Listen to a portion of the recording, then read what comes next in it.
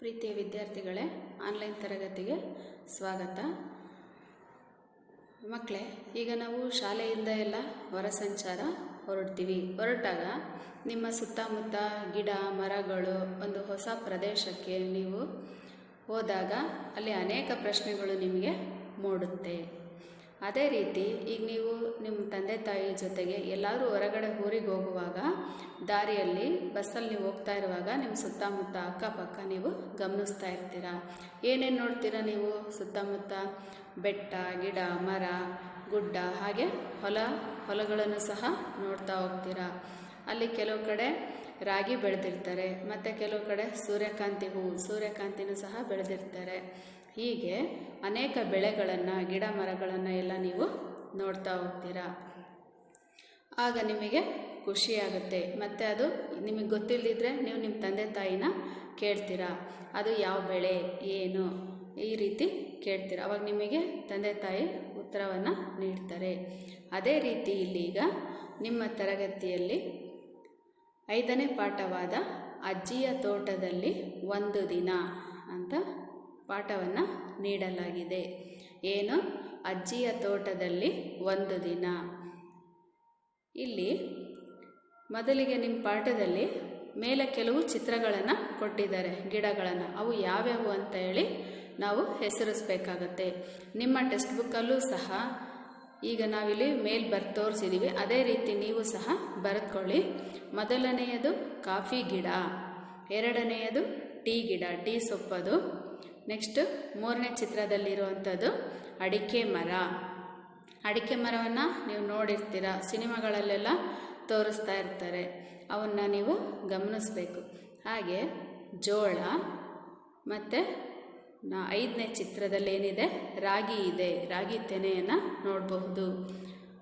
6ನೇದು ಭತ್ತ, ನಂತರ ಕಬ್ಬು. ಇದೆಲ್ಲ ನಿಮಗೆ ಸಾಮಾನ್ಯವಾಗಿ ಗೊತ್ತಿರೋ ಅಂಥದ್ದೇ. ಇದು ಹಸಿ ಮೆಣಸಿನ ಗಿಡ, ಇಲ್ಲಿ ಹಣ್ಣಾಗಿದೆ, ಇದು ಮೆಣಸಿನ ಗಿಡ. ಹೀಗೆ ನೀವು ಟೆಕ್ಸ್ಟ್ ಬುಕ್ಕಲ್ಲಿ ಈ ಚಿತ್ರದಲ್ಲಿರುವಂಥ ಯಾವ್ಯಾವ ಗಿಡ ಅನ್ನೋದನ್ನು ನೀವು ಹೆಸರಿಸಬೇಕಾಗತ್ತೆ. ಸರಿ ಮಕ್ಕಳೇ, ಈಗ ನಾವು ಅಜ್ಜಿಯ ತೋಟದಲ್ಲಿ ಒಂದು ದಿನ ಅಂತ ಕೊಟ್ಟಿದ್ದಾರೆ. ಅಜ್ಜಿ ಅಂದರೆ ಯಾರವರು? ಆ ತೋಟದಲ್ಲಿ ಏನೇನು ಬೆಳೆದಿದ್ರು, ಒಂದು ದಿನದಲ್ಲಿ ಅವರು ಯಾವ ರೀತಿ ಪ್ರಶ್ನೆಗಳನ್ನು ಕೇಳಿದ್ರು, ಹೇಗೆ ಉತ್ತರವನ್ನು ತಿಳ್ಕೊಂಡ್ರು ಅನ್ನೋದನ್ನು ನಾವು ಇಲ್ಲಿ ಗಮನಿಸೋಣ.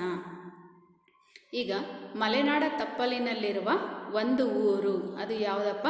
ಕಣಬೂರು. ಕಣಬೂರು ಅನ್ನೋದು ಎಲ್ಲಿ ಬರುತ್ತೆ?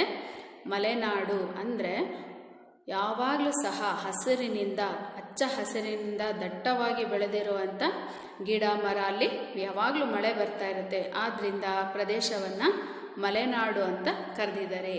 ಈ ಮಲೆನಾಡಲ್ಲಿ ಒಂದು ಚಿಕ್ಕದಾದ ಊರು, ಆ ಊರಿನ ಹೆಸರೇನು? ಕಣಬೂರು. ಅಲ್ಲಿ ಒಂದು ಹಿರಿಯ ಪ್ರಾಥಮಿಕ ಶಾಲೆ ಇತ್ತು. ಎಲ್ಲಿ? ಮಲೆನಾಡಿನಲ್ಲಿ ಕಣಬೂರು ಅನ್ನೋ ಊರಿನಲ್ಲಿ ಒಂದು ಹಿರಿಯ ಪ್ರಾಥಮಿಕ ಶಾಲೆ ಇತ್ತು. ಆ ಶಾಲೆ ಮಕ್ಕಳು ಕಿಶೋರನ ಅಜ್ಜಿಯ ತೋಟಕ್ಕೆ ಗುರುಗಳೊಂದಿಗೆ ಹೊರ ಸಂಚಾರಕ್ಕೆ ಹೊರಡ್ತಾರೆ. ಈಗ ನೀವೆಲ್ಲ ನಿಮ್ಮ ಫ್ರೆಂಡ್ಸ್ ಇದ್ದರೆ, ನಿಮ್ಮ ತಂದೆ ತಾಯಿ ಪರ್ಮಿಷನ್ ಕೊಟ್ಟರೆ ನೀವು ಸಹ ಹೇಗೆ ತೋಟಗಳಿಗೆ ಅಲ್ಲಿ ಇಲ್ಲಿ ಹೊರಗಡೆ ಹೋಗಿ ಬರ್ತೀರಾ, ಅದೇ ರೀತಿ ಇಲ್ಲಿ ಒಂದಿನ ಏನು ಮಾಡ್ತಾರೆ, ಕಿಶೋರನ ಅಜ್ಜಿಯ ತೋಟಕ್ಕೆ ಗುರುಗಳು ಮಕ್ಕಳನ್ನೆಲ್ಲ ಕರ್ಕೊಂಡು ಹೊರ ಸಂಚಾರಕ್ಕೆ ಹೊರಡ್ತಾರೆ. ಹೊರ ಸಂಚಾರ ಒನ್ ಡೇ ಪಿಕ್ನಿಕ್ ಅಂತ ಹೇಳ್ತೀವಲ್ಲ, ಅದೇ ರೀತಿ ಇಲ್ಲೆಲ್ಲ ಗುರುಗಳೊಂದಿಗೆ ಈ ಕಿಶೋರ ಮತ್ತು ಅವರು ಜೊತೆಗಿರುವಂಥ ಸ್ನೇಹಿತರೆಲ್ಲ ತೋಟಕ್ಕೆ ಹೋಗ್ತಾರೆ. ಕಿಶೋರನ ಅಜ್ಜಿಯ ಮನೆ ಬೆಟ್ಟದ ತಪ್ಪಲಿನಲ್ಲಿದೆ. ಎಲ್ಲಿದೆ? ಅಲ್ಲೆಲ್ಲ ಮಲೆನಾಡು ಅಂದರೆ ಬೆಟ್ಟ ಗುಡ್ಡ. ಈಗ ನೀವು ದಾರಿಯಲ್ಲಿ ಹೋಗುವಾಗ ಗಮನಿಸ್ಬೋದು, ಒಂದು ಕಡೆ ಎತ್ತರ ಗುಡ್ಡ ಪ್ರದೇಶ ಬಂದರೆ ಇನ್ನೊಂದು ಕಡೆಗೆ ತಗ್ಗು ಪ್ರದೇಶವನ್ನು ನೋಡ್ತೀವಿ. ಅದೇ ರೀತಿ ಇಲ್ಲಿ ಅಜ್ಜಿಯ ಮನೆ ಹೇಗಿತ್ತು?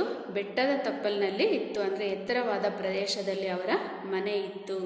ಮನೆಯ ಹಿಂದಿನ ಗುಡ್ಡದಲ್ಲಿ ಗೇರು ಮರಗಳಿವೆ.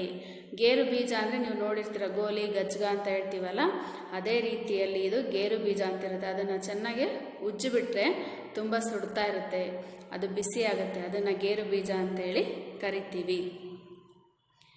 ಇವ್ರ ಮನೆ ಹಿಂದೆ ಏನು ಗುಡ್ಡ ಇರುತ್ತೆ, ಆ ಗುಡ್ಡದಲ್ಲಿ ಎಂಥ ಮರಗಳಿರ್ತವೆ? ಗೇರು ಮರಗಳು ಇರ್ತವೆ. ಅಡಿಕೆ ತೋಟ ದಾಟಿ ಮುಂದಕ್ಕೆ ಹೋದರೆ ಭತ್ತದ ಗದ್ದೆಗಳನ್ನು ನೋಡಬಹುದು. ಎಲ್ಲಿ? ಅಡಿಕೆ ತೋಟದೊಳಗಡೆ ಹೋದರೆ, ತೋಟದಿಂದ ಮುಂದೆ ಹೋದರೆ ಭತ್ತದ ಗದ್ದೆಯನ್ನು ಕಾಣಬಹುದು. ಮಕ್ಕಳೆಲ್ಲರೂ ಗದ್ದೆಯ ಹತ್ರ ಬರ್ತಾರೆ. ಅಲ್ಲಿ ಅವ್ರಿಗೆ ಗೊತ್ತಿರಲ್ಲ. ಈಗ ನಿಮಗೂ ಸಹ ಎಲ್ಲರೂ ಹೊಸ ಜಾಗಗಳಿಗೆ ಕರ್ಕೊಂಡೋದ್ರೆ ನೀವು ಕೇಳ್ತೀರಾ, ಅದೇನು ಇದೇನು, ಹೇಗೆ ಬೆಳೀತಾರೆ ಏನು ಅಂತ. ಅದೇ ರೀತಿ ಇಲ್ಲೂ ಸಹ ಮಕ್ಕಳು ಕೇಳ್ತಾರೆ, ಇದು ಯಾವ ಬೆಳೆ ಎಂದು ಪೀಟರ್ ಪ್ರಶ್ನಿಸ್ತಾನೆ. ಇದು ಭತ್ತದ ಬೆಳೆ ಅಂತ ಯಾರು ಹೇಳ್ತಾರೆ? ಗುರುಗಳು ಹೇಳ್ತಾರೆ. ಓ ಇದೇನಾ? ಅವನಿಗೆ ಆಶ್ಚರ್ಯ ಆಗುತ್ತೆ. ಓ ಇದೇನಾ ಭತ್ತ ಅಂದರೆ ಅವರಿಗೆ ಅಕ್ಕಿ ಊಟ ಮಾಡೋದು ಗೊತ್ತಿದೆ, ಅನ್ನ ಅಂತ. ಆದರೆ ಅದು ಹೇಗೆ ಬರುತ್ತೆ, ಯಾವ ರೀತಿ ಬೆಳೆ ಬೆಳೆದ್ರೆ ನಮಗಿದು ಆಹಾರ ಧಾನ್ಯಗಳು ಸಿಗುತ್ತೆ ಅನ್ನೋದು ಮಕ್ಕಳಿಗೆ ಸಾಮಾನ್ಯವಾಗಿ ಗೊತ್ತಿರಲ್ಲ. ಹಾಗಾಗಿ ಅವನಲ್ಲಿ ಆಶ್ಚರ್ಯವಾಗಿ ಕೇಳ್ತಾನೆ, ಓ ಇದೇನಾ ಭತ್ತದ ಬೆಳೆ ಅಂತ ಹೇಳ್ತಾರೆ. ತೆನೆಗಳನ್ನು ಕೈಯಿಂದ ಮುಟ್ಟಿ ಅವನು ಪ್ರಶ್ನಿಸ್ತಾನೆ. ಪೀಟರ್ ಒಂದು ಭತ್ತದ ತೆನೆಯನ್ನು ಕಿತ್ಕೊಟ್ಟು, ತಗೋ ಇದನ್ನು ಬಿಡಿಸಿ ನೋಡು ಅಂತ ಹೇಳ್ತಾರೆ. ಅಂದರೆ ಒಂದೇ ಒಂದು ಕಾಳು ಹಾಕಿದಾಗ ಅವು ಲೆಕ್ಕ ಇಲ್ಲದಷ್ಟು ಬೆಳೆಯನ್ನು ಕೊಡುತ್ತೆ ಅಂತ ಇಲ್ಲಿ ತಿಳ್ಕೊಬಹುದು. ಅವನೇನು ಮಾಡ್ತಾನೆ, ಗುರುಗಳು ಅದನ್ನು ಒಂದು ತೆನೆಯನ್ನು ಮುರಿದು ಕೊಟ್ಟಾಗ ಅದನ್ನು ಬಿಡಿಸಿ ನೋಡ್ತಾನೆ. ಶೀಲಾ ಅನ್ನೋ ಹುಡುಗಿ ಒಂದು ತೆನೆಯನ್ನು ಕೀಳಲು ಬಾಗಿದಾಗ ಏನಾಗುತ್ತೆ, ಅಲ್ಲಿ ಸಂದೆ ಮೂಲೆ ಅಂದರೆ ಗಿಡದ ಸಂದುಗಳಲ್ಲಿ ಕಪ್ಪೆಗಳು ವಾಸವಾಗಿರುತ್ತೆ. ಅದೇ ರೀತಿ ಬೇರೆ ಕ್ರಿಮಿಕೀಟಗಳು ಸಹ ವಾಸವಾಗಿರ್ತವೆ. ಭತ್ತದ ಗದ್ದೆಯಲ್ಲಿ ಯಾವಾಗಲೂ ನೀರಿರೋದ್ರಿಂದ ಅಲ್ಲಿ ಸೊಳ್ಳೆಗಳು ಹೆಚ್ಚು, ಅದು ತುಂಬ ದೊಡ್ಡ ದೊಡ್ಡ ಸೊಳ್ಳೆಗಳು ಸಹ ಇರ್ತವೆ. ಅದೇ ರೀತಿಯಲ್ಲಿ ಏನಾಗುತ್ತೆ, ಶೀಲಾ ಸಹ ಒಂದು ತೆನೆಯನ್ನು ಕಿತ್ಕೊಳ್ಳೋಕ್ಕೆ ಹೋಗ್ತಾಳೆ. ಆಗ ಏನಾಗುತ್ತೆ, ಕಪ್ಪೆ ಚಂಗನೆ ಕುಪ್ಪಳಿಸುತ್ತೆ, ಅಂದರೆ ಹಾರುತ್ತೆ ಕಪ್ಪೆ. ಸರಸರ ಒಂದು ಹಾವು ಸಹ ಹತ್ತಿರದಲ್ಲೇ ಸರಿದು ಹೋಗುತ್ತೆ. ಸಾಮಾನ್ಯವಾಗಿ ಜಾಸ್ತಿ ಗಿಡ ಪೊದರೆ ಎಲ್ಲ ಬೆಳೆದಾಗ ಅಂಥದ್ರಲ್ಲಿ ಎಲ್ಲ ಕಡೆ ವಾಸವಾಗಿರ್ತವೆ. ಅದೇ ರೀತಿಯಲ್ಲಿ ಕಪ್ಪೆಯನ್ನು ಅದು ಹಿಡಿಯೋಕ್ಕೆ ಬಂದಿರುತ್ತೆ. ಆದರೆ ಇವಳು ಒಂದು ತೆನೆ ಕೀಳೋಣ ಅಂತ ಹೋದಾಗ ಕಪ್ಪೆ ಎಗರಿ ಹೊರಗಡೆ ಬಂದಾಗ ಹಾವು ಅಲ್ಲೇ ಇರುತ್ತೆ, ಅದು ಸರಿದು ಹರ್ಕೊಂಡು ಹೋಗ್ಬಿಡುತ್ತೆ ಸರಸರ. ಆವಾಗ ಇವರೇನು ಹೇಳ್ತಾರೆ, ಮಕ್ಕಳು ಭಯದಿಂದ ಹಿಂದಕ್ಕೆ ಜಂಪ್ ಆಗಿಬಿಡ್ತಾರೆ. ಆವಾಗ ಗುರುಗಳು ಹೇಳ್ತಾರೆ, ಹೆದರಬೇಡಿ, ಅವು ನಮಗೆ ಏನು ಮಾಡೋದಿಲ್ಲ. ಯಾಕೆಂದರೆ ನಾವು ಅದಕ್ಕೇನಾದರೂ ಕೀಟ್ಲೆ ತೊಂದರೆ ಮಾಡಿದ್ರೆ ಮಾತ್ರ ಅವುಗಳಿಂದ ನಮಗೆ ತೊಂದರೆ ಇರುತ್ತೆ. ನಮ್ಮ ಪಾಡಿಗೆ ನಾವಿದ್ದರೆ ಯಾವುದರಿಂದನೂ ಏನೂ ಸಹ ತೊಂದರೆ ಆಗೋದಿಲ್ಲ. ಹಾಗಾಗಿ ಇಲ್ಲಿ ನಮಗೆ ಅವು ಏನೂ ಮಾಡೋದಿಲ್ಲ. ಹಾವು ಏನು ಅದ್ರ ಹೊಟ್ಟೆಯನ್ನು ತುಂಬಿಸ್ಕೊಳ್ಳೋಕ್ಕೆ ಕಪ್ಪೆಯನ್ನು ಹಿಡಿಯೋಕ್ಕೆ ಬರುತ್ತೆ. ಇದೇ ರೀತಿ ಕಪ್ಪೆ ಈ ಮಿಡತೆ ಇಂಥ ಸಣ್ಣ ಸಣ್ಣ ಹುಳ ಇರ್ತವೆ, ಅವನ್ನ ತಿನ್ನೋದಕ್ಕೆ ಬಂದಿರುತ್ತೆ. ಹಾಗಾಗಿ ಇದು ಆಹಾರ ಸರಪಳಿ ಅಂತ ನೀವು ಕೇಳಿರ್ತೀರ, ಫುಡ್ ಚೈನ್ ಲಿಂಕ್ ಅಂತ ಹೇಳಿ. ಅದೇ ರೀತಿ ಇಲ್ಲಿ ಹಾವು, ಕಪ್ಪೆ, ಕೀಟ, ಹಕ್ಕಿ, ಮೊಲ, ಹಂದಿ, ಮುಂಗುಸಿ ಇವೆಲ್ಲ ಮುಂತಾದ ಪ್ರಾಣಿಗಳು ಸಾಮಾನ್ಯವಾಗಿ ಈ ಸುತ್ತಮುತ್ತವು ವಾಸವಾಗಿರ್ತವೆ ಅಂತ ಗುರುಗಳು ಹೇಳ್ತಾರೆ.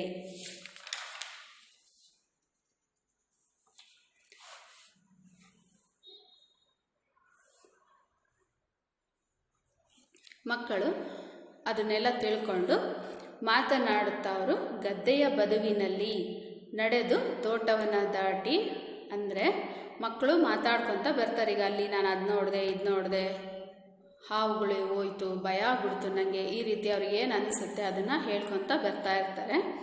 ಆಗ ಗದ್ದೆಯ ಬದು ಅಂದರೆ ಏನಪ್ಪ, ಗದ್ದೆ ಅಂದರೆ ಪಕ್ಕದಲ್ಲಿ ಹೊಲದ ಪಕ್ಕದಲ್ಲಿ ಏರಿಯನ್ನು ಮಾಡಿರ್ತಾರೆ. ಅಂದರೆ ಮಣ್ಣಿನಿಂದ ಎತ್ತರವಾದ ದಿಂಡಿನ ರೀತಿ ಅದ್ರ ಮೇಲೆ ಓಡಾಡಬಹುದು, ಆ ರೀತಿ ಮಾಡಿರ್ತಾರೆ.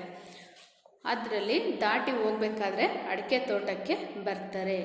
ಆ ಏರಿ ಮೇಲೆ ನಡ್ಕೊಂಡು ಬಂದಾಗ ಅಡಿಕೆ ತೋಟ ಅವರಿಗೆ ಸಿಗುತ್ತೆ. ತೋಟದ ನಡುವೆ ಬಿದ್ದಿದ್ದ ಹಣ್ಣನ್ನು ಹೆಕ್ಕಿ ಮೇರಿ ಹೇಳ್ತಾಳೆ. ಅಂದರೆ ಅಲ್ಲಲ್ಲೇ ಹಣ್ಣುಗಳು ಎಲ್ಲ ಬಿದ್ದಿರ್ತವೆ. ಚಿತ್ರದಲ್ಲಿ ನಿಮಗೆ ಕೊಟ್ಟಿದ್ದಾರೆ, ಒಂದು ಕಡೆ ಮಾವಿನ ಮರ ಇದೆ, ಬಾಳೆಹಣ್ಣಿನ ಗಿಡ ಇದೆ, ಅದೇ ರೀತಿ ಇನ್ನೂ ಅನೇಕ ತೆಂಗಿನ ಮರ, ಇವೆಲ್ಲವನ್ನು ನೀವು ಚಿತ್ರದಲ್ಲಿ ಗಮನಿಸಬಹುದು. ಇಲ್ಲಿ ಕೆಲವು ಹಕ್ಕಿ ಪಕ್ಷಿಗಳು ಹಣ್ಣನ್ನು ತಿಂದು ಅರ್ಧಬರ್ಧ ಮಾಡಿ ಬಿಟ್ಟೋಗಿರ್ತವೆ. ಅವು ಫುಲ್ ಹಣ್ಣಾಗಿದ್ದಾಗ ನೆಲಕ್ಕೆ ಹಾಗೆ ಕೆಳಗೆ ಬಿದ್ದಿರ್ತವೆ. ಅವನ್ನ ಏನು ಮಾಡ್ತಾಳೆ, ಮೇರಿ ಹಾರಿಸ್ಕೊತಾ ಬರ್ತಾಳೆ. ಓ ಇಲ್ಲಿ ನೋಡಿ ಸೌತೆಕಾಯಿ ಅಂತ ಅವಳು ತುಂಬ ಆಶ್ಚರ್ಯವಾಗಿ ಹೇಳ್ತಾಳೆ. ಅಲ್ಲ ಅಲ್ಲ, ಇದು ಹೀರೆಕಾಯಿ ಅಂತ ಯಾರು ಹೇಳ್ತಾರೆ, ರಫೀಕ್ ಹೇಳ್ತಾನೆ. ಆವಾಗ ಇದು ಎರಡೂ ಅಲ್ಲ, ಅಂದರೆ ಸೌತೆಕಾಯಿನೂ ಅಲ್ಲ ಇದು, ಮತ್ತು ಅವಳೇನು ಹೇಳಿರ್ತಾಳೆ, ರಫೀಕ್ ಹೀರೆಕಾಯಿ ಅಂದಿರ್ತಾನಲ್ವ, ಅದು ಅಲ್ಲ ಅಂತೇಳಿ ಹೇಳ್ತಾರೆ. ಆದರೆ ಮತ್ತೇನದು? ಅದು ಒಂದು ಜಾತಿಯ ಕೋಕೋ ಹಣ್ಣು. ಇದನ್ನು ಏನಕ್ಕೆ ಉಪಯೋಗಿಸ್ತಾರೆ? ಕೋಕೋ ಹಣ್ಣು ಅನ್ನೋದನ್ನು ಚಾಕ್ಲೇಟನ್ನು ತಯಾರಿಸೋದಕ್ಕೆ ಬಳಸ್ತಾರೆ ಅಂತ ಹೇಳ್ತಾರೆ. ಯಾವುದೋ ಪ್ರಾಣಿ ಅದನ್ನು ಕಿತ್ತಾಕಿದೆ, ಬಹುಶಃ ಅಳಿಲೇ ಇರಬೇಕು ಅಂತ ಗುರುಗಳು ಹೇಳ್ತಾರೆ. ಇವರು ದಾರಿಯಲ್ಲಿ ನಡ್ಕೊಂಡು ಬರುವಾಗ ಅವರಿಗೆ ಅದು ಯಾವುದು ಏನು ಅಂತ ಹೆಸರು ಸಹ ಗೊತ್ತಿರೋದಿಲ್ಲ. ಸೌತೆಕಾಯಿ ಇರ್ಬೋದು ಅಂತ ಇವಳು ಹೇಳಿದಾಗ ರಫೀಕನು ಹೀರೆಕಾಯಿ ಅಂತಾನೆ, ಅವೆರಡೂ ಆಗಿರಲ್ಲ, ಅದು ಕೋಕೋ ಹಣ್ಣಿನ ಗಿಡವಾಗಿರುತ್ತೆ. ಕೋಕೋ ಹಣ್ಣು ಬಿದ್ದಿರುತ್ತೆ, ಅದರಿಂದ ಏನು ಮಾಡ್ತಾರೆ? ಚಾಕ್ಲೇಟನ್ನು ತಯಾರಿಸ್ತಾರೆ ಅಂತ ಗುರುಗಳು ಹೇಳ್ತಾರೆ. ಅಷ್ಟರಲ್ಲಿ ಅಜ್ಜಿ ತೋಟದಲ್ಲಿ ಏನೋ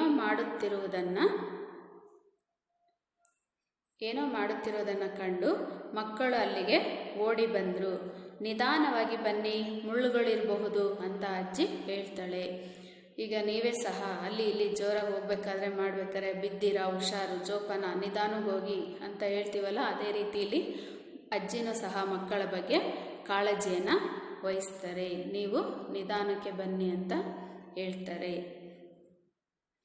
ಇದೇನು ಇಷ್ಟೊಂದು ಗುಂಡಿ ತೋಡಿದಿರಿ ಅಂತ ಮಹೇಶ್ ಅನ್ನೋ ವಿದ್ಯಾರ್ಥಿ ಅಜ್ಜಿಗೆ ಪ್ರಶ್ನಿಸ್ತಾನೆ.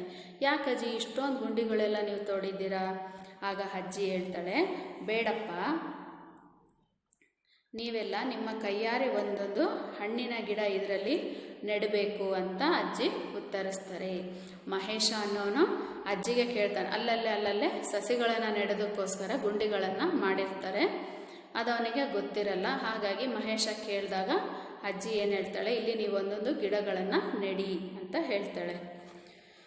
ಆಗ ನಮ್ಮ ಅಮ್ಮ ಬೈಯುತ್ತಾಳೆ ಅಂತ ಅಶ್ವಿನಿ ಹೇಳ್ತಾಳೆ. ಯಾಕೆ?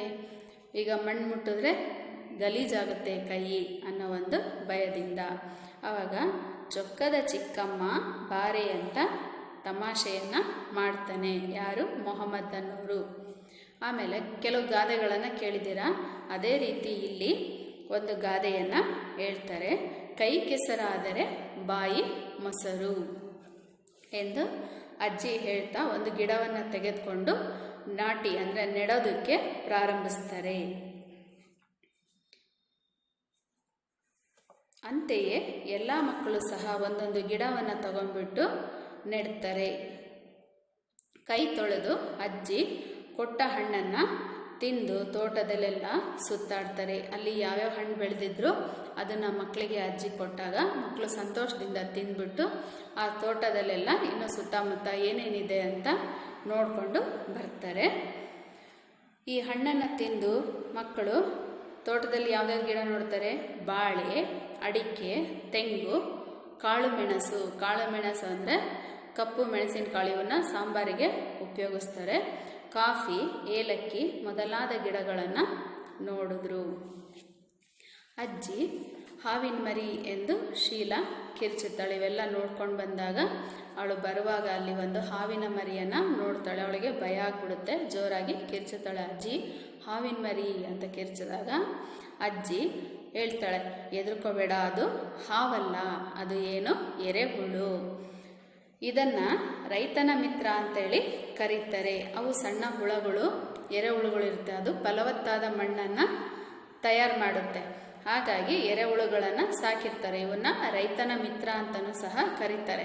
ಹಾಗಾಗಿ ಅಜ್ಜಿ ಶೀಲಂಗೆ ಹೇಳ್ತಾಳೆ, ಹೆದರ್ಕೋಬೇಡ ಮಗು, ಅದು ಹಾವಲ್ಲ, ಅವು ಎರೆಹುಳುಗಳು ಅಂತ ಹೇಳ್ತಾಳೆ. ಇದರ ಸಹಾಯದಿಂದ ಗೊಬ್ಬರ ತಯಾರಾಗುತ್ತೆ ಅಂತ ಗುರುಗಳು ಹೇಳ್ತಾರೆ. ನಾನು ರಾಸಾಯನಿಕ ಗೊಬ್ಬರ ಬಳಸೋದಿಲ್ಲ. ಯಾರು ಹೇಳೋದು ಇದನ್ನು? ಅಜ್ಜಿ ಹೇಳ್ತಾಳೆ. ಎರೆ ಗೊಬ್ಬರ, ಹಟ್ಟಿ ಗೊಬ್ಬರ, ಕೋಳಿ ಗೊಬ್ಬರ ಮೊದಲಾದ ಸಾವಯವ ಗೊಬ್ಬರವನ್ನು ಬಳಸಿ ಬೆಳೆಗಳನ್ನು ಬೆಳೆಯುತ್ತೇವೆ ಅಂತ ಹೇಳ್ತಾಳೆ. ನೋಡಿ, ಗೊಬ್ಬರದಲ್ಲೂ ಸಹ ಹಲವು ರೀತಿಯನ್ನು ನಾವು ನೋಡಬಹುದು. ನಿಮ್ಮ ಟೆಕ್ಸ್ಟ್ ಬುಕ್ಕಲ್ಲಿ ಕೊಟ್ಟಿರೋದು ಹಾಗಿದೆ. ಎರೆ ಗೊಬ್ಬರ ಮತ್ತು ಹಟ್ಟಿ ಗೊಬ್ಬರ ಅಂದ್ರೇನಪ್ಪ? ದನ ಕರುಗಳನ್ನೆಲ್ಲ ಸಾಕ್ಕೊಂಡಿರ್ತಾರೆ. ಆ ಸಗಣಿ ಅಲ್ಲಿ ಹಾಕಿರ್ತಾರೆ. ಸಗಣಿಯನ್ನು ಎಲ್ಲ ಕೂಡ್ಕೊಂಡು ಒಂದು ಕಡೆ ಹಿಂದೆ ಹಿತ್ತಲಲ್ಲಿ ಹಾಕ್ತಾರೆ. ಅದು ಸಗಣಿಯಿಂದನೂ ಸಹ ಗೊಬ್ಬರ ಆಗುತ್ತೆ. ಹಾಗಾಗಿ ಅದನ್ನು ಹಟ್ಟಿ ಗೊಬ್ಬರ ಅಂತ ಕರೀತಾರೆ. ಹಾಗೆ ಕೆಲವರು ಕುರಿ, ಕೋಳಿ ಈ ರೀತಿ ಸಾಕಾಣಿಕೆ ಮಾಡಿರ್ತಾರೆ. ಅದರದ್ದು ಸಹ ಹಿಂದೆ ಸ್ವಲ್ಪ ಜಾಗ ಇದರಲ್ಲಿ ಶೇಖರಣೆ ಮಾಡಿದಾಗ ಅದನ್ನು ಕೋಳಿ ಗೊಬ್ಬರ ಅಂತ ಕರೀತಾರೆ. ಈ ರೀತಿ ಬೆಳೆಗಳಿಗೆ ಗೊಬ್ಬರವನ್ನು ಬಳಸ್ತೀವಿ ಅಂತ ಅಜ್ಜಿ ಹೇಳ್ತಾರೆ. ಎಲ್ಲವನ್ನು ಗಮನಿಸಿದ್ದ ಶರಣಪ್ಪ ಸರ್ ಏನು, ನಮ್ಮ ಊರು ಬಳ್ಳಾರಿ, ಅಲ್ಲಿ ಏನೇನು ಬೆಳೀತಾರೆ, ಈಗ ಒಂದೊಂದು ಊರಲ್ಲಿ ಒಂದೊಂದು ಬೆಳೆಯನ್ನು ಬೆಳೀತಾರೆ. ಅದೇ ರೀತಿ ಇಲ್ಲಿ ಇವರು ಸೈಡು ಅಂದರೆ ಬಳ್ಳಾರಿ ಕಡೆ ಯಾವ್ಯಾವ ಬೆಳೆಯನ್ನು ಬೆಳೀತಾ ಇದ್ರು ಅಂತ ಹೇಳ್ತಾರೆ. ಅಲ್ಲಿ ಏನೇನು ಬೆಳೀತಿದ್ರಪ್ಪ ಅಂದರೆ ಜೋಳ, ಮೆಣಸು, ಶೇಂಗಾ ಮತ್ತು ತೊಗರಿ ಬೇಳೆಯನ್ನು ಬೆಳೀತಾ ಇದ್ರು. ಎಲ್ಲಿ ಬಳ್ಳಾರಿ ಸೈಡು ಶರಣಪ್ಪ ಅನ್ನೋರು ಹೇಳೋದು ನಮ್ಮೂರ ಕಡೆ ಯಾವ್ಯಾವ ಬೆಳೆಯನ್ನು ಹೆಚ್ಚಾಗಿ ಬೆಳೀತಾರೆ ಅಂದರೆ ಜೋಳ, ಮೆಣಸು, ಶೇಂಗಾ ಮತ್ತು ತೊಗರಿಯನ್ನು ಬೆಳೆಯುತ್ತಾರೆ ಅಂತ ಹೇಳ್ತಾನೆ. ಹೌದು, ಮಣ್ಣಿನ ಗುಣ ಮತ್ತು ಹವಾಮಾನಕ್ಕೆ ಅನುಗುಣವಾಗಿ ಬೇರೆ ಬೇರೆ ಬೆಳೆ ಬೆಳೀತಾರೆ ಅಂತ ಯಾರು ಶಿಕ್ಷಕರು ಹೇಳ್ತಾರೆ. ಈಗ ಇದನ್ನು ನಾವು ಗಮನಿಸ್ಬೋದು. ಕೆಲವು ಕಡೆ ಮಣ್ಣಿನ ಮೇಲೆ ಡಿಪೆಂಡ್ ಆಗುತ್ತೆ. ಅಂದರೆ ಮಣ್ಣಲ್ಲೂ ಸಹ ಹಲವು ವಿಧಗಳನ್ನು ನಾವು ನೋಡ್ತೀವಿ. ಅಂದರೆ ಕಪ್ಪು ಮಣ್ಣು, ಕೆಂಪು ಮಣ್ಣು ಮತ್ತು ಮರಳಿನಿಂದ ಕೂಡಿದಂಥ ಮಿಶ್ರಿತವಾದ ಮಣ್ಣು ಇರುತ್ತೆ. ಅಲ್ಲಿ ಅದಕ್ಕೆ ಹೊಂದಿಕೊಳ್ಳುವಂಥ ಬೆಳೆಗಳನ್ನು ಮಾತ್ರ ಬೆಳಿಬೇಕಾಗುತ್ತೆ. ಎಲ್ಲದನ್ನು ಸಹ ಅಲ್ಲಿ ಬೆಳೆಯೋದಕ್ಕೆ ಸಾಧ್ಯ ಇರಲ್ಲ. ಹಾಗೆ ನೀರಾವರಿ ಇರೋವಂಥವ್ರು ಒಂದೊಂದು ಬೆಳೆಗಳನ್ನು ಸಕಾಲಕ್ಕೆ ಬೆಳೀತಾರೆ. ಅದೇ ನೀರಾವರಿ ಇಲ್ಲದೆ ಇದ್ದರೆ ವರ್ಷದಲ್ಲಿ 2 ಬೆಳೆಯನ್ನು ಮಾತ್ರ ಬೆಳೆಯೋದಕ್ಕೆ ಸಾಧ್ಯ ಆಗುತ್ತೆ. ಈಗ ನಮ್ಮ ಕಡೆ ಎಲ್ಲ ಜಾಸ್ತಿ ರಾಗಿಯನ್ನು ಬೆಳೀತಾರೆ. ಅದೇ ಚಳ್ಳಕೆರೆ ಸೈಡ್ ಹೋದರೆ ಅಲ್ಲೆಲ್ಲ ಶೇಂಗಾ, ಕಡಲೆ ಗಿಡ, ಕಡಲೆಕಾಳು ಇದನ್ನು ಹೆಚ್ಚಾಗಿ ಬೆಳೀತಾರೆ. ಹೀಗೆ ಒಂದೊಂದು ಪ್ರದೇಶಕ್ಕೆ ಹೋದರೆ ಒಂದೊಂದು ಬೆಳೆಯನ್ನು ಬೆಳೀತಾರೆ. ಅದು ನೆಲದ ಮಣ್ಣಿನ ಮೇಲೆ ಅವಲಂಬನೆ ಆಗಿರುತ್ತೆ. ನಮ್ಮ ಊರು ಪಶ್ಚಿಮ ಘಟ್ಟದ ತಪ್ಪಲಿನಲ್ಲಿದೆ. ಅಲ್ಲಿ ಸುತ್ತಮುತ್ತ ಬೆಟ್ಟ, ಗುಡ್ಡ, ಮರಗಳಿಂದ ಕೂಡಿರುವ ಪ್ರದೇಶವಾದುದು. ಅಲ್ಲಿ ಯಾವಾಗಲೂ ಮಳೆ ಬರ್ತಾ ಇರುತ್ತೆ. ಆದ್ದರಿಂದ ಹೆಚ್ಚು ನೀರು ಬೇಕಾದ ಬೆಳೆಗಳನ್ನು ನಾವು ಬೆಳಿಬಹುದು. ನಿಮ್ಮ ಊರಿನ ಕಡೆ ಮಳೆ ಕಡಿಮೆ ಬೀಳೋದ್ರಿಂದ ಯಾವ ಬೆಳೆಗಳನ್ನು ಬೆಳಿತೀರಾ ಅಜ್ಜಿ ಅಂತ ಯಾರು ಶರಣಪ್ಪ ಗುರುಗಳು ಕೇಳ್ತಾ ಇದ್ದಾರೆ. ಅಷ್ಟು ಹೊತ್ತಿಗೆ ಅಜ್ಜಿಯ ಮನೆಯಲ್ಲಿ ಮಕ್ಕಳಿಗಾಗಿ ರುಚಿಯಾದ ಅಡುಗೆ ಸಿದ್ಧವಾಗಿತ್ತು. ಈಗ ಮಕ್ಕಳು ಬೆಳಗ್ಗೆನೇ ಬಂದಿದ್ರು, ಮಧ್ಯಾಹ್ನ ಎಲ್ಲ ಸುತ್ತಾಡಿದ್ರು. ಆಮೇಲೆ ಅಜ್ಜಿ ಹತ್ರ ಬಂದಾಗ ಅಲ್ಲಿ ತೋಟದಲ್ಲಿ ಬೆಳೆದಂಥ ಹಣ್ಣುಗಳನ್ನು ಕೊಟ್ಟರು. ಅವರು ಎಲ್ಲ ಸ್ವಲ್ಪ ತಿಂದರು. ಆದರೂ ಹೊಟ್ಟೆ ಹಸ್ತಿರುತ್ತಲ್ವ ಮಧ್ಯಾಹ್ನದ ಸಮಯ. ಆಗ ಅಜ್ಜಿ ಮನೆಯಲ್ಲಿ ಇವರಿಗೆ ಊಟದ ವ್ಯವಸ್ಥೆಯನ್ನು ಮಾಡಿರ್ತಾರೆ. ಏನು ಒಳ್ಳೊಳ್ಳೆ ರುಚಿಯಾದ ಅಡಿಗೆ, ಸಿಹಿ ತಿಂಡಿ ತಿನಿಸುಗಳನ್ನು ತಯಾರಿಸಿರ್ತಾರೆ. ಮಕ್ಕಳಿಗೆ ಅಜ್ಜಿ ಹೇಳ್ತಾರೆ, ಮಕ್ಕಳೇ ನೀವೆಲ್ಲ ನೀಟಾಗಿ ಕೈ ಕಾಲು ಮುಖ ತೊಳೆದುಕೊಂಡು ಊಟಕ್ಕೆ ಬನ್ನಿ ಅಂತ ಕರೀತಾರೆ. ಅಜ್ಜಿಯ ತೋಟ ಅಂದರೆ ಅಲ್ಲಿ ಅವರ ಮಕ್ಕಳು ಎಲ್ಲ ತುಂಬ ಖುಷಿಯಾಗಿ ಸುತ್ತಮುತ್ತ ಸುತ್ತಾಡಿ ಸುಸ್ತಾಗಿ ದಣಿವಾಗಿರ್ತಾರೆ. ಈಗ ಅವರಿಗೆ ತುಂಬ ಹೊಟ್ಟೆ ಹಸಿವಾಗಿತ್ತು ಮಕ್ಕಳಿಗೆ. ಅವರು ಅಜ್ಜಿಯ ಮನೆಯ ಅಂಗಳದಲ್ಲಿದ್ದ ಯಂತ್ರವನ್ನು ನೋಡ್ತಾರೆ. ಅಂದರೆ ಅದು ಕೃಷಿಗೆ ಸಂಬಂಧಪಟ್ಟ ಯಂತ್ರ ಆಗಿರುತ್ತೆ. ಇದೇನು ಗುರುಗಳೇ ಅಂತ ಯಾರು ಶೀಲಾ ಕೇಳ್ತಾಳೆ. ಆಗ ಅವರು ಇದು ಗದ್ದೆ ಉಳುವ ಯಂತ್ರ. ಹಿಂದಿನ ಕಾಲದಲ್ಲೆಲ್ಲ ಏನು ನೇಗಿಲಿತ್ತು, ನೋಗ ಅಂದರೆ ಅವಕ್ಕೆ ಎತ್ತು ಕೋಣಗಳನ್ನು ಬಳಸ್ಬಿಟ್ಟು ಹೊಲವನ್ನು ಉಳ್ತಾ ಇದ್ರು. ನೇಗಿಲು ಅಂತೇಳಿ ಅದನ್ನು ಕರೀತಿದ್ರು ಅಂತ ಹೇಳ್ತಾರೆ. ಮೊದಲೆಲ್ಲ ನೇಗಿಲು ಅಂತ ಅಂದರೆ ಗೊತ್ತಿತ್ತು. ಈಗ ತಾಂತ್ರಿಕ ಅಂದರೆ ಟೆಕ್ನಿಕಲ್ ಮುಂದುವರೆದಂತೆ ಹೊಲಗಳಲ್ಲಿ ಹೊಸ ಯಂತ್ರೋಪಕರಣಗಳನ್ನು ಕಂಡುಹಿಡಿದಿದ್ದಾರೆ. ಹಾಗಾಗಿ ಜನಗಳಿಗೂ ಸಹ ಕೆಲಸ ಸ್ವಲ್ಪ ಕಮ್ಮಿ ಆಗ್ತಾ ಹೋಗ್ತಾ ಇದೆ. ಮೊದಲೆಲ್ಲ ರೈತ ಇಡೀ ವರ್ಷ ಎಲ್ಲ ಅವನು ಕಷ್ಟಪಡಬೇಕಿತ್ತು, ದುಡಿಮೆ ಮಾಡ್ತಾನೇ ಇದ್ದ. ಆದರೆ ಈಗ ಯಂತ್ರಗಳು ಬಂದಿರೋದ್ರಿಂದ ಬೇಗನೆ ಕೆಲಸಗಳು ಸಾಗುತ್ತೆ. ಈಗ ಮೆಕ್ಕೆಜೋಳ ಮುರಿಬೇಕು ಅಂದರೆ ಜನಗಳು ಎಷ್ಟು ದಿನದಿಂದ ಮುರಿಬೇಕಿತ್ತು. ಈಗ ಮಿಷಿನ್ ಇತ್ತು ಅಂದರೆ ಒಂದೇ ದಿನದಲ್ಲಿ 1 ವಾರ 15 ದಿನ ಮಾಡುವಂಥ ಕೆಲಸವನ್ನು ಒಂದೇ ದಿನದಲ್ಲಿ ಮಿಷಿನ್ನು ಮಾಡಿ ಮುಗಿಸುತ್ತೆ. ಇಷ್ಟು ಮುಂದುವರಿತಾ ಬಂದಿದೆ. ವಿಜ್ಞಾನ ತಾಂತ್ರಿಕ ವಿಷಯದಲ್ಲಿ ಹೊಸ ಅನೇಕ ಮಿಷನ್ಸು ಯಂತ್ರಗಳನ್ನೆಲ್ಲ ಕಂಡುಹಿಡಿತಾ ಹೋಗಿದ್ದಾರೆ. ಹಾಗಾಗಿ ಗುರುಗಳು ಸಹ ಅವರಿಗೆ ಅದನ್ನು ತಿಳಿಸ್ಕೊಡ್ತಾರೆ. ಎಲ್ಲರೂ ರುಚಿಯಾದ ಊಟ ಮುಗಿಸಿದ್ರು. ಕೈ ತೊಳೆಯಲು ಹೋದ ಅಶ್ವಿನಿ, ಇದೋ ನೋಡಿ ಇಲ್ಲೂ ಸಣ್ಣ ಸಣ್ಣ ಗುಂಡಿಗಳಿವೆ ಅಂತ ಹೇಳ್ತಾಳೆ. ಅಂದರೆ ಕೈ ತೊಳ್ಕೊಂಡಾಗ ಆ ನೀರು ಆ ಗುಂಡಿಯಲ್ಲೇ ಇಂಗಿ ಹೋಗಬೇಕು, ಆ ನೀರು ಮುಂದೆ ಹರಿದು ವೇಸ್ಟ್ ಆಗಬಾರ್ದು ಅನ್ನೋದು ಇಲ್ಲಿ ತಿಳಿಸ್ಕೊಡ್ತದೆ. ಇವು ಇಂಗು ಗುಂಡಿಗಳು. ಈ ಗುಂಡಿಗಳ ಮೂಲಕ ಮಳೆಯ ನೀರನ್ನು ಇಂಗಿಸುತ್ತೇವೆ. ಈಗೆಲ್ಲ ನೀವು ನೋಡಬಹುದು, ಮಳೆ ನೀರನ್ನು ಸಂಗ್ರಹ ಮಾಡಿ ಅವು ಸುಮ್ಮನೆ ಹರಿದು ಹೋಗಿ ವೇಸ್ಟ್ ಆಗಬಾರ್ದು. ಅದು ಅಲ್ಲೇ ನೀರು ಇಂಗಿದಾಗ ಅಂತರ್ಜಲ ಹೆಚ್ಚುತ್ತೆ. ಅಂತರ್ಜಲ ಅಂದರೆ ಬಾವಿಯಲ್ಲಿ, ಈ ಬೋರ್ವೆಲ್ಗಳಲ್ಲಿ ಯಾವಾಗಲೂ ನೀರಿನ ಅಂಶ ಇದ್ದಾಗ ಮಾತ್ರ ನೀರು ನಮಗೆ ಸಿಗೋದಕ್ಕೆ ಸಾಧ್ಯ ಆಗುತ್ತೆ. ಹಾಗಾಗಿ ಇದು ಅಂತರ್ಜಲವನ್ನು ಹೆಚ್ಚಿಸುತ್ತೆ. ಇದರಿಂದ ನಮ್ಮ ಬಾವಿಯಲ್ಲಿ ನೀರು ಯಾವಾಗಲೂ ಕಡಿಮೆ ಆಗಲ್ಲ ಅಂತ ಅಜ್ಜಿ ಹೇಳ್ತಾರೆ. ಮಕ್ಕಳೇ, ನಾವು ಮಳೆ ಕೊಯ್ಲು ಮತ್ತು ಅಂತರ್ಜಲದ ಬಗ್ಗೆ ತರಗತಿಯಲ್ಲಿ ಚರ್ಚಿಸೋಣ ಅಂತ ಗುರುಗಳು ಹೇಳ್ತಾರೆ. ಈಗ ನಾವು ಅಜ್ಜಿಗೆ ಧನ್ಯವಾದ ಹೇಳಿ ಹೊರಡೋಣ ಅಂತ ಗುರುಗಳು ಹೇಳ್ತಾರೆ. ಅಷ್ಟರಲ್ಲಿ ಅಜ್ಜಿ ಎಲ್ಲರಿಗೂ ಸಹ ಗೋಡಂಬಿ ಮತ್ತು ಹಂಚುತ್ತಾರೆ. ಮಕ್ಕಳು ತಿನ್ನುತ್ತಾ ಶಾಲೆ ಕಡೆಗೆ ಹೆಜ್ಜೆಯನ್ನು ಹಾಕ್ತಾರೆ. ಧನ್ಯವಾದ ಅಂದ್ರೇನಪ್ಪ, ಅವರು ನಮಗೆ ಎಲ್ಲ ಅಲ್ಲಿರುವಂಥ ಸುತ್ತಮುತ್ತಲಿನ ವಾತಾವರಣದ ಬಗ್ಗೆ ಎಲ್ಲ ತಿಳಿಸ್ಕೊಡ್ತಾರೆ. ಹಾಗೆ ಮನೆಯಲ್ಲಿ ಮಕ್ಕಳಿಗೆ ಉಪಚಾರವನ್ನು ಸಹ ಮಾಡ್ತಾರೆ. ಇದಕ್ಕೆ ಅವರು ಮಕ್ಕಳು ಮತ್ತು ಶಿಕ್ಷಕರು ಇಬ್ಬರೂ ಸೇರಿ ಅಜ್ಜಿಗೆ ಧನ್ಯವಾದಗಳನ್ನು ಹೇಳ್ತಾರೆ. ಮತ್ತು ಈಗ ಗುರುಗಳು ಹೇಳಿದ್ರು, ಈ ಅಂತರ್ಜಲದ ಬಗ್ಗೆ ನಾವು ಶಾಲೆಯಲ್ಲಿ ಚರ್ಚಿಸೋಣ ಅಂತ ಹೇಳಿ. ಅಂದರೆ ಅದ್ರ ಬಗ್ಗೆ ನಾವು ಇನ್ನೂ ಹೆಚ್ಚಿನದಾಗಿ ತಿಳ್ಕೊಳ್ಳೋಣ ಅಂತ ಹೇಳ್ತಾರೆ.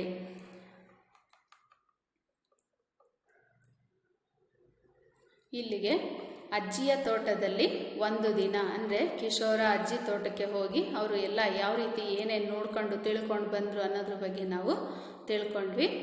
ಧನ್ಯವಾದಗಳು.